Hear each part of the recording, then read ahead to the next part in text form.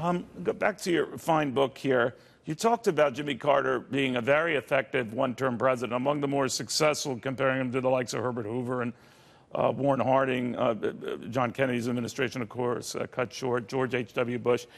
And I respectfully think the most consequential one-term president in American history was James Polk, only because of what happened under his self-promised one-term goal, and he kept to that. And, you know, the territory of the United States expanded. But I did get your point about you can be very consequential in a single term. A lot of people look at the Carter presidency thus far, and you've dealt with this, and in fact, it's you know, with blemishes and everything throughout the book, that this president failed to take initiatives that he probably should have, in retrospect. He became a one-termer for a reason. And it wasn't because of bravery. It was because he was simply, you know, out-campaigned. What do you think of that in the end, that this wasn't an heroic presidency as much as it was a hapless one?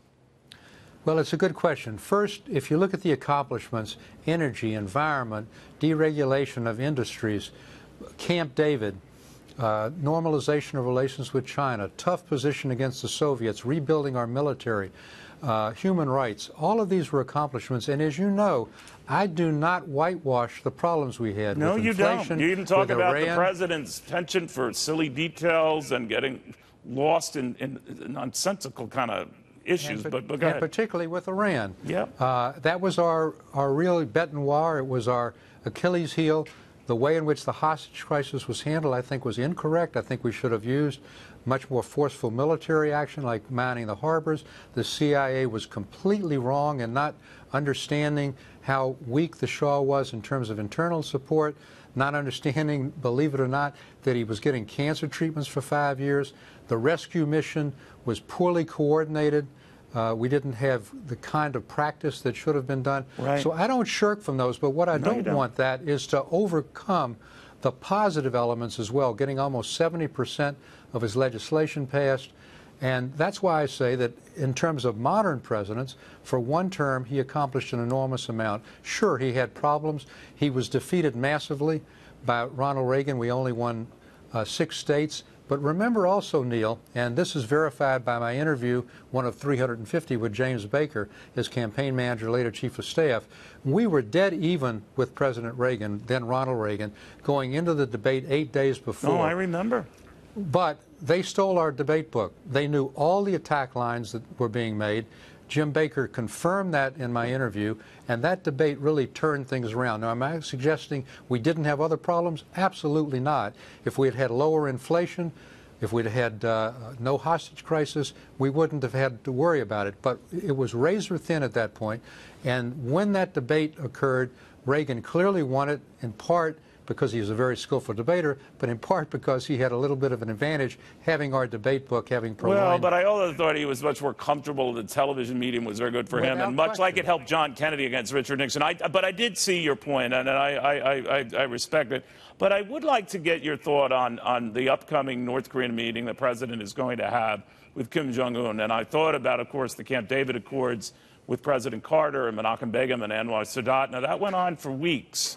This is a one-and-done event. It's possible that it goes on an additional day, but it's unlikely to be wrapped up so quickly. So have we put too much stock in what happens in Singapore? Well, first, I'm pleased that the president is going through with the summit. I don't want expectations to be too high. Just having it can be important. Right. But the difference between Camp David, which lasted not only 13 days and nights, 20 drafts done by the president himself, individual negotiations with Egyptian President Sadat, Prime Minister Begin, is that it was preparation, preparation, preparation. We had already negotiated for months beforehand. We knew where the gaps were, and the president was very well prepared. He knew exactly what had to be done to accomplish the result, and he didn't go into it simply hoping for a handshake. Now, that's the problem. Don't overpromise, because we have not had this kind of preparation for North Korea. No American president has met with them. We don't know what their bottom lines are. We don't have enough time to find out. And what we don't want to do is give Kim a victory of seeming to be an equal with the President of the United States and ending his isolation.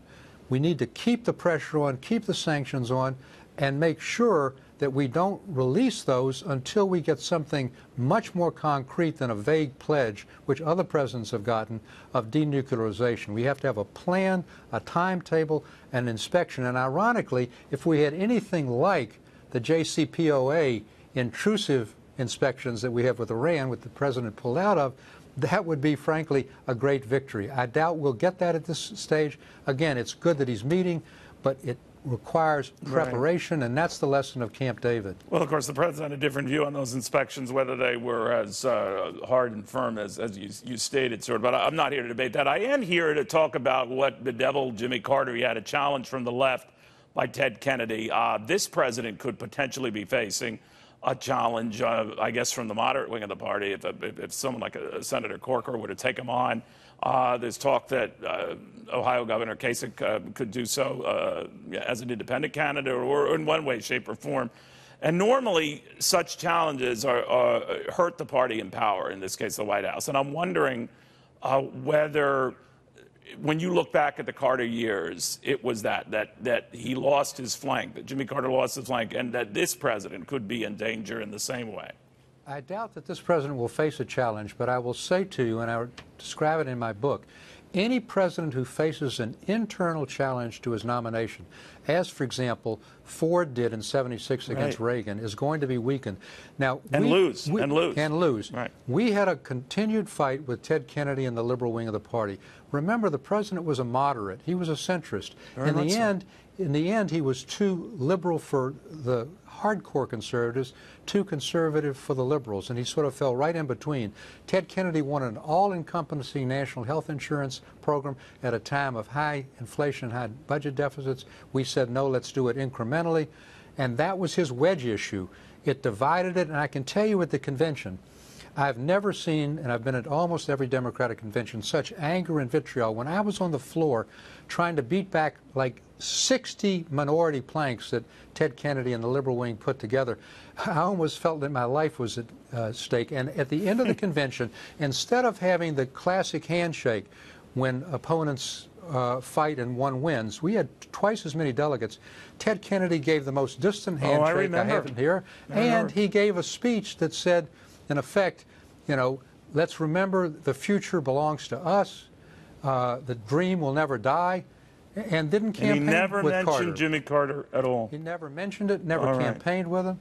Stuart Eizenstat, you're recounting that moment and that time and that particular convention, which doomed Carter, as do all inter-party challenges. If you think about it, you're quite right about that. It's all part of a remarkable book, exhaustively researched, exhaustively noted, footnoted, and as I said, better than 350 interviews. Yes, President Carter, the White House years. Someone once joked that the book is longer than the Carter presidency. The fact of the matter is, it is a great book. I eat this stuff up. This is among the best I have ever read. Whatever you think of Jimmy Carter, folks, you must read this. And you've got to respect the author you're looking at there, Stuart Eizenstat. Neil, thank you so much. Thank you, sir.